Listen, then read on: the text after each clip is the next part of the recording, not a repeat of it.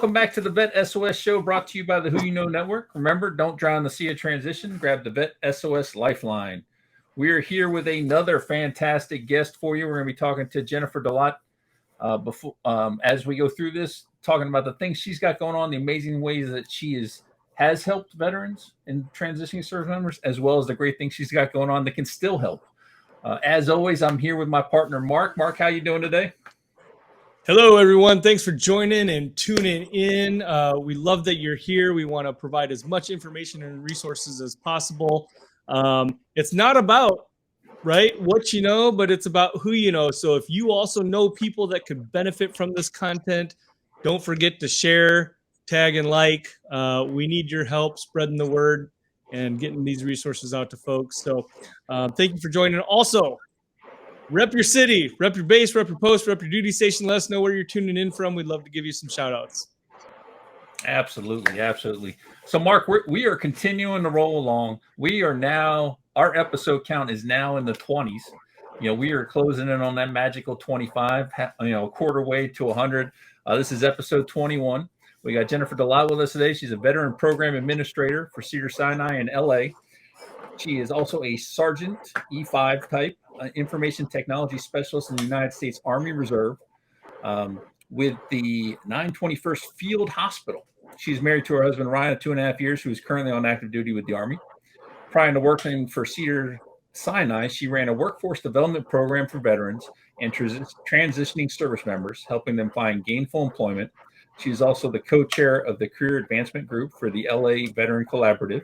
Jennifer is passionate about helping our service members and military spouses find gainful employment within companies that appreciate their value. Jen, how are you doing today? You have a long list of accomplishments, things you've done to help out our community. We're so excited to have you here today. How are you doing? Thank you. I'm great. You guys, how are you? Thank you. Awesome. Doing well. Yeah. So really excited to talk to people today about, just taking advantage of those workforce development programs, finding companies that have dedicated veteran hiring talent acquisition specialists. Not many companies have that, although it is an emerging trend. It's nice to know that there are people out there that are dedicated to hiring veterans. So I think the most important place where veterans can improve is to learn how to network with the right people, because like you said, it is all who you know. And people like me are here to help you. So I'm excited to talk to people today about these opportunities on how they can really network with the right people. So, Mark, Jennifer here is she's responsible for the very second thing I did when I started my transition. So the Who You Know Network, the summit was the first thing I did when I made that decision to retire. Jennifer used to be with U.S. Vets, and she was running training classes almost at least monthly, I think. Yeah. And so I got into one of her classes and met her that way, and just some phenomenal information you were passing about all different types of topics. So what made you get into that line of work, aside from, being a military spouse and being Glad you asked. Glad you asked. So actually graduated with my degree in human resources. I kind of graduated at that funky time in 2010. We were just coming out of the recession. I was working in New York City. I'm from New York originally. And I kept getting laid off, and I was getting really frustrated. So I, started to get into hospitality and customer service and just try to work my way up in those industries. And then I met my husband. Fast forward a couple years later, I met my husband and we PCS to California. And I had been living in the South. I was living in Florida. I was living in, Tennessee and South Carolina. And it was just such a different market. And then I come out here and it just felt brutal. I kept getting rejected and no one saw the value in me. And here I am, a veteran, and I'm, I've got a great, work history, and I could not get a job. And I was getting really frustrated, and I actually got really depressed. I felt like I had no value. And I came across this organization, the pandemic hit and I got laid off again. And then I came across this organization called U.S. Vets, and they were going to give me the opportunity to have my first team, to manage a team and finally achieve a management position. So I said, okay, great. Someone found my value. And I made a promise that no veteran would ever have to experience the things that I went through, the constant rejection and no one helping me. I didn't even know that there were organizations out there that helped. Truthfully, I had no idea, because unless you are really searching for it, you're not going to hear about it because no one talks about it. So I wanted to change that, and I wanted to get out there and be in everybody's face. This is the service that we provide. And I took that so seriously, and every single person, I really tried to create a very individual approach. I didn't want to just, oh, here, you're a veteran, security, right? Like I wanted to really understand what it is they wanted to do. What are you passionate about? Where are you at in your transition? Or, are you in a career planning phase, or do you have experience and you know exactly what you want to do and you just need to meet somebody that's going to give you an opportunity and talk to you? So every veteran has a unique situation, and I wanted to show people that we appreciated that. I didn't want to just be take a number, get in line, fill out an application for security because that's all you can do. People need to be appreciated and valued for their skill set. So that's how I got into this line of work, because I was there struggling too. And I wanted to make sure that no one, had to go through that.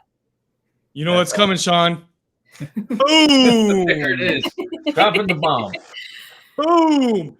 Wow. You are so on the money. And it's not just veterans, right? It's not just, transitioning It's service military members. spouses too. We Military move around spouses. a lot. Civilians. Yes. This is Yep. the problem. Here's the problem. The problem is technology has dehumanized this process. Yeah. Some recruiters don't even look at resumes anymore. You fill out, questions, and you take an assessment, and, oh, sorry, you don't meet those. And then some of us don't even see those applications. So I want to be a different type of recruiter. And I try to bring that to my new role at Cedars-Sinai, where I actually take the time to go through the job description with the veteran and tailor their resume and pull in those keywords. And hey, here are the secrets, right?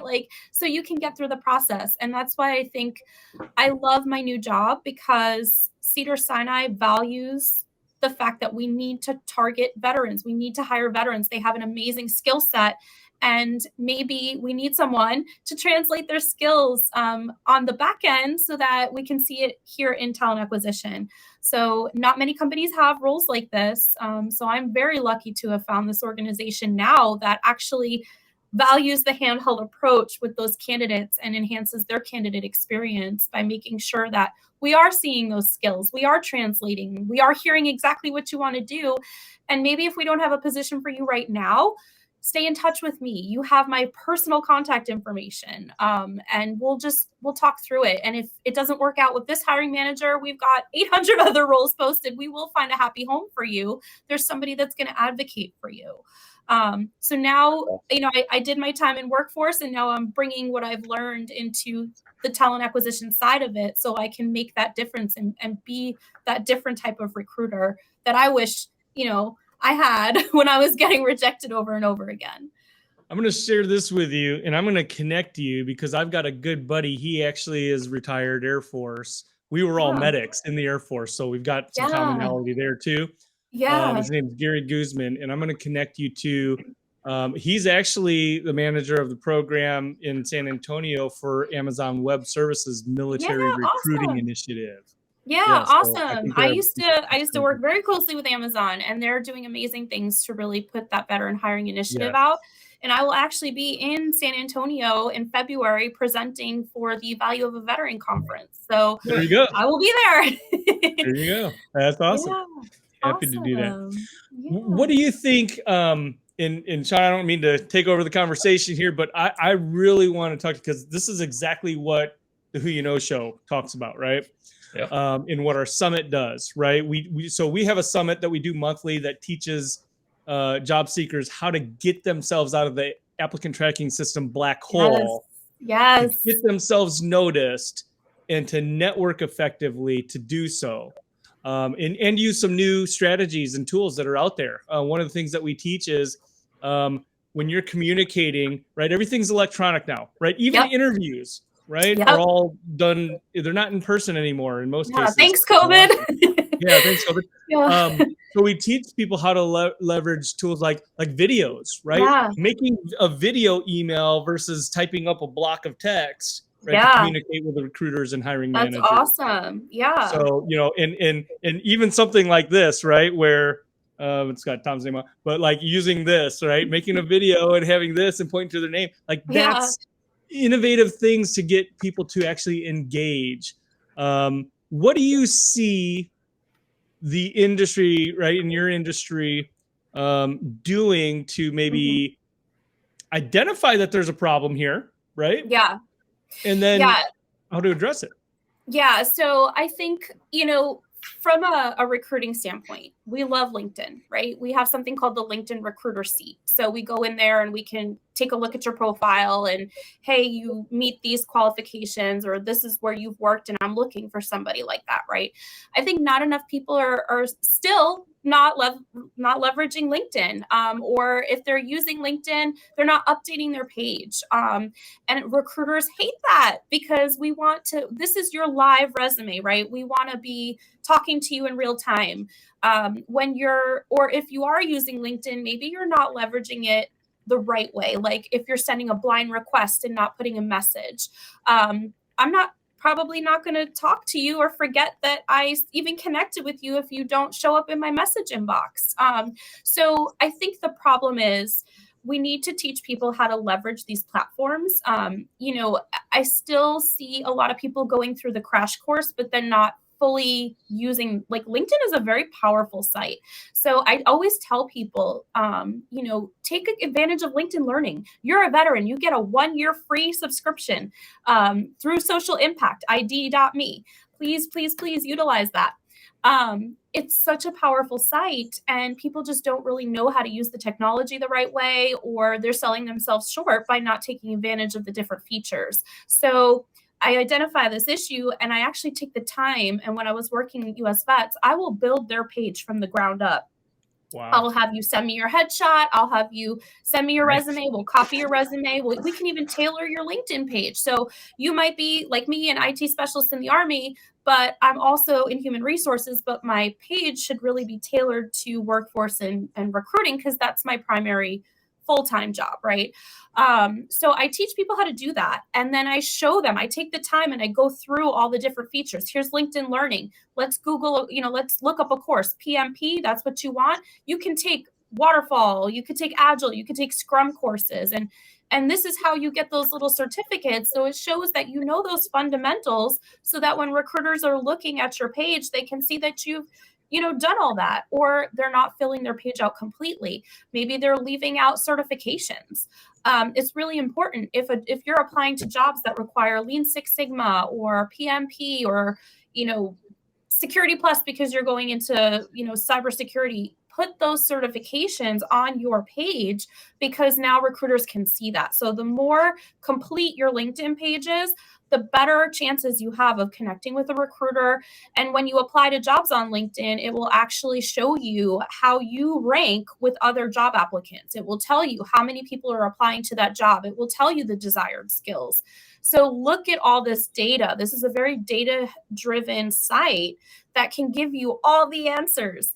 So I see that, they don't have time in TAPS to go through this, right? Because they're trying to just put through a huge class of people and they don't have the bandwidth to go over every single individual feature, which is completely understandable. So utilize people like me who see where people are falling short with LinkedIn. And then I can take the time to show you, this is actually a really cool site and you should really be using this. And this is actually where 90% of the recruiters are doing their recruiting from. There's some really great stats out there. Michael Quinn, who is a phenomenal, almost like an influencer now on LinkedIn, he puts out all this amazing information. He's a great person to connect with, and he'll shoot straight with you. So I think it's really important. What? It's not easy to connect. It's not easy to connect, but when you get because you can follow him too. So if you follow him, you'll see his feed, and he puts out some really great information about, networking and utilizing the LinkedIn site. I mean, he's a whiz. So I think, technology is the way we're going. So embrace it, right? Embrace it, and take advantage of it, because I know I spend a good chunk of time recruiting on LinkedIn. And if you don't have a LinkedIn photo, I'm probably not going to talk to you. I was going to say, how many times have you gotten catfished? Well, no, never been catfished on the site, but I definitely see a lot of people who just don't fully complete their page. And I think, okay, well, if you don't have a picture, you're probably not even going to bother to take a look at my message, because you're probably not really on the site that often. That's the mind of a recruiter. So I want to teach people how to think like recruiters. Mm-hmm. That's a bomb right there, is, learn to think like a recruiter. Yep. So I've joked, because I've done a bunch of the different transition programs. I've talked to a bunch of people about LinkedIn, and it's a constant thing to update the profile. And my profile's still all over the place, I think, at times. But I joke, I joke that LinkedIn profiles for us is a lot like sergeant majors and NCOERs. You ask 10 sergeant majors how an eval should look, and you're going to get 10 different answers. Yeah. And that's kind of what I'm feeling on LinkedIn, because I'll change it to one person's standard, another person will look at it and go, "Why'd you do that? That's stupid. You should do this." And it goes back and forth. So I understand that completely. Yeah. Help someone like me. Where do I find that happy medium? I think you just have to find your area of interest. I think, it's never going to be perfect, and you have to just understand that, right? But if you are taking a look, say you're interested in cybersecurity and you want to mass apply, right? And your LinkedIn is your primary living resume. So what I like to tell people is get a good consensus of what are, like, if you're looking for CISMs, right? Chief Information Security Manager, that's your type of position that you want to go for. Take a look at like 10 different job descriptions. Try to find the commonalities between those job descriptions and some of those really good keywords like Active Directory, and give me data, right? This should be a very data heavy living virtual resume. And just kind of go across the board and find those commonalities between those 10 types of positions that you're trying to apply for on LinkedIn. If it requires a security clearance, that should like be in your headline, right? Like, because there's that headline in there, active top secret clearance or active secret clearance, and put that in there. Tailor your about me, your professional summary is your about me section, and really just pull in some of those top high level skills and keywords that you can just use when you're applying to 10 different positions. So I like to tailor the LinkedIn, but it should have, keep it to 10 years of experience, right? And if you've done cyber in the military or intel, like you were, you're going to have some of those key terms. If you're applying for positions in banking, you probably don't need to have like SIGINT and HumanInt, right? Like those types of keywords. So also keep it industry specific. And then every now and then you can change it up as you see fit. But I like to keep it pretty general, but still pulling in all those important terms that the job descriptions are looking for. Does that make sense? What are your thoughts though on headline? Because I like to put the veteran in there. I'm still transitioning. So a lot of people say you shouldn't have veteran or service member or anything in there. Other people like Michael Quinn says, "What's your job right now?" Put that in there, because that's what you still are doing, even though you're looking to do something else. Yeah. I mean, again, everyone has a preference, right? I personally, because I am a veteran recruiter, I want to see that you're a veteran in your headline. Maybe you don't have your DA photo in there, and just, in a suit, right? Professional, look the part. But in your headline, I do want to see that you're transitioning, or I do want to see that you're a veteran, or I want to see if you're a military spouse. I do searches specifically for military spouses. So the more information you give me, the more I can target those types of candidates, right? And it's going to populate on the back end. So I want to see that. If you choose not to put that in your headline, at least put that in your about me, because that's at least have it somewhere. If you don't feel comfortable, and this is all personal preference, really, this is your page.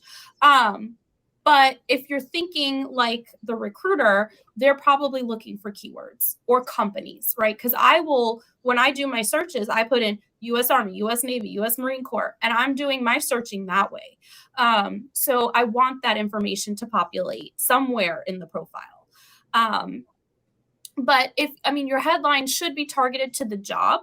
So if you're a cybersecurity analyst, then your headline should read cybersecurity analyst. And then you can use some of those cool little symbols like the /, but you can make it go straight down, U.S. Army veteran.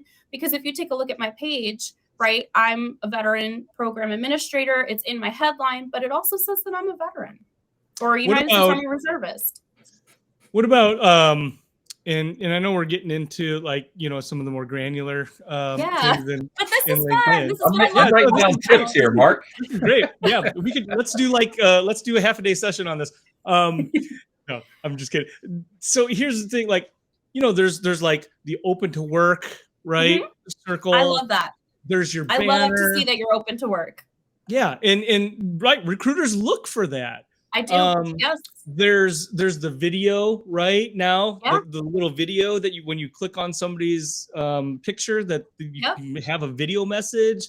Really there's cool. A name pronunciation, and actually you get 10 seconds on that. So you could actually put a little bit of a verbal commercial in there.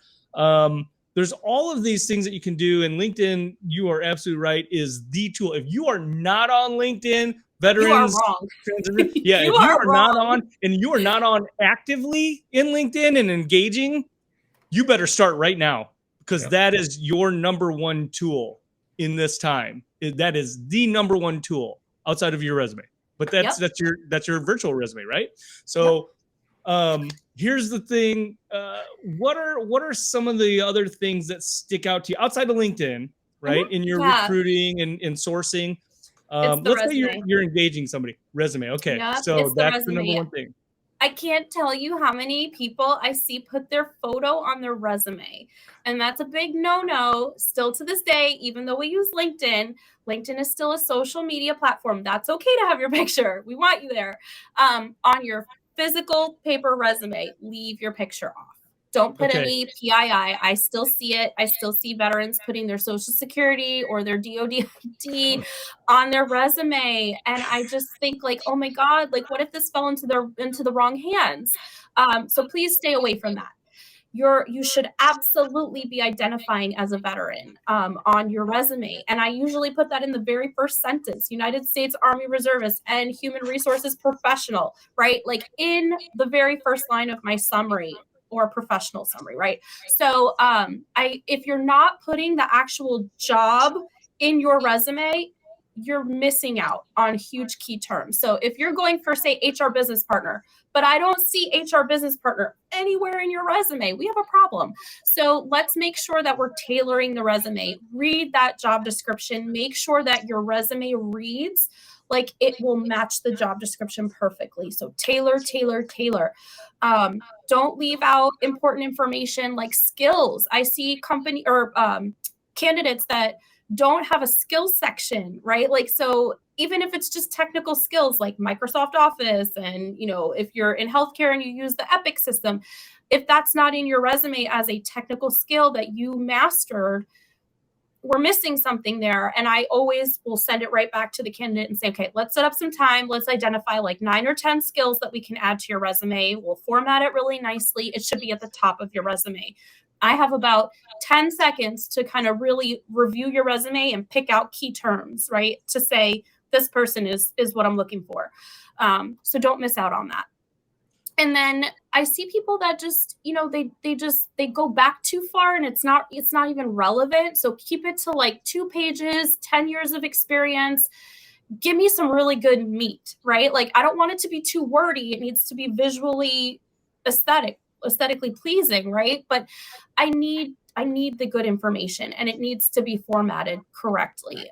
Try to make sure that you're keeping everything consistent. I see a lot of people that mix and match their fonts. And that's like the first thing that people will notice on a resume is like, what's going on here? Did they like copy and paste this document? So let's really try to keep it visually pleasing to the recruiter. And include great awards. Show me that you went above and beyond. If you have gaps in employment that are showing on your resume, did you volunteer? We can fill that space. Or were you a full-time student? Let's move the education up so that that gap is like addressed immediately, right? And I see a lot of this, and I understand, it's hard. Resumes are hard. But come to me. Let's talk about it first, because I don't want you garbage in gets garbage out. And I don't want that to happen to you. So let's work on it together. We can fix that. Right. But you have to ask for help. And the resume is something that you should absolutely be asking for help for. So you've got your resume, right? You've got your LinkedIn. Yep. So I've got a couple questions here. Yeah. All right. So the first is, should your resume and your LinkedIn page be a mirror image?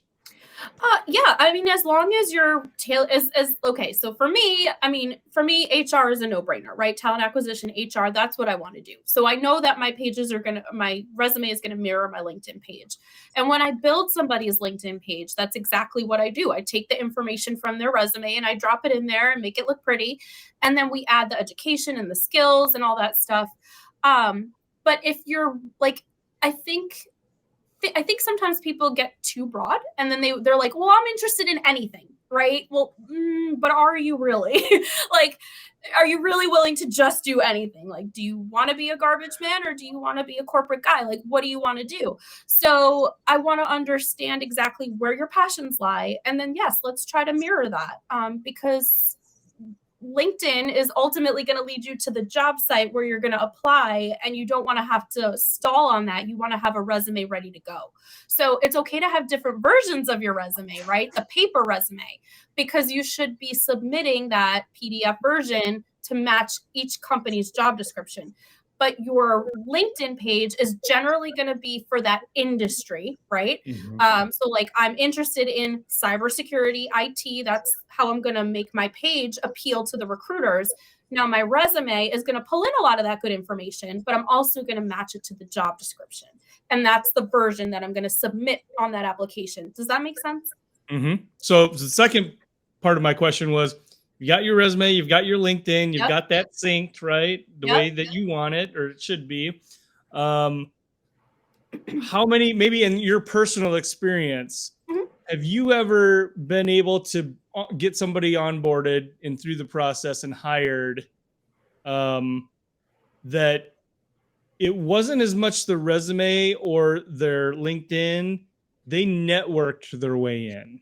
Yeah, absolutely. And I saw a lot of this at US Vets because we taught people how to network. We made those connections and forged them, and they understood that they were a quality candidate because of where they were coming from. Now, of course, we still had to finesse the resume, right? Because that's still a document that they have to have on file for that application. They have to have some sort of skills, right, that meet that position. But that whole process was facilitated because we put them in touch with someone, and they knew that they were valuable because of where they were coming from and the fact that, yes, they were a veteran, but they had support behind them. So that happened quite often at US Vets. And because it's who you know, right? And it's because you took the time to ask for help and said, hey, look, I'm looking to make a career change. And this happened all the time. And I'll give you a perfect example of this. Peer support, right? A lot of people later in life, they, had their career, they were in the military, they started a job, and then they decided, you know what, I'm at a new stage in my life right now. I'm in a position where I can help people. US Vets was putting people through the peer support program, and it was a complete career change for them. So like, say we have people that were maybe working in manufacturing or defense contracting, and then they got their peer support certification, and because they had some lived experience, right? They had that skills and that lived experience, but they had never done a peer support job before. We just had to help them get that certification and give them that networking connection. And now they've started a whole new career. So it's because we had a career fair, or it's because we made a networking connection, sent their resume direct to the recruiter because we were that liaison. And we still built their resume around the job description, right? And incorporated some of their lived experience, didn't really focus too much on their civilian job, like after the military, that had nothing to do with peer support. But we helped them, and then we prepped them for that interview. So yes, while they didn't have that experience, they had the support to get prepped for that interview to maximize their success. One-stop shop. That's We awesome. were a She even one-stop started shop. waving the finger too, Mark. I don't know if you saw that, but she I waved did, the I saw finger that. too. I'll tell you what, Jen. Mark's over there writing your name down and your contact information. He wants you to be the new spokesperson for the Who You Know show. Yeah, You dropped it 2 or 3 times. It's so important to have that support. I see a lot of people that they have the capability, but interviewing is scary, or, you know, they're just not sure how to translate their experience. And you just need to know where to go to ask for help. And sometimes these organizations are little hidden gems, right? And you just need somebody that's out there and getting it in your face to say, hey, it's okay to ask for help. Like, we love this. This is what we do. Yeah, we get paid to do this, and you don't have to spend a dime on it because it's free. We were fully funded by the Call of Duty endowment, and people, like, they were mind blown. They're like, okay, so how much do I owe you? I'm like, owe me? Like, this is what we do. So it's like I think it's like Grant Cardone says, if nobody knows you, nobody flows you. So just amazing information, great information on the LinkedIn, the resumes, the prepping for interviews, just amazing stuff. Jennifer, you're a wealth of information. All that you're bringing to it with your experience is amazing for veterans. Just so happy that you're able to come on here. But the best part about it is this is only part 1. Mark, we got a part 2 coming up with Jennifer that's just going to have some mind-blowing information. Woo! So, Mark, you got any parting words before we go? No, thank you for tuning in. And Jen, thank you for sharing all the great insights on these tactical pieces that people need to know to get landed to their next successful position. Absolutely. Yeah, feel free to connect with me on LinkedIn. I'm here to help. And I'm here to advocate for you. So I've got tons of connections. I've got time in my day to help you. I want to help you. So feel free to reach out. Thank you. Awesome. Thank you, Jen. Thank you to the audience for tuning in to Vet S.O.S. Remember, don't drown in the sea of transition. Grab the Vet S.O.S. Lifeline.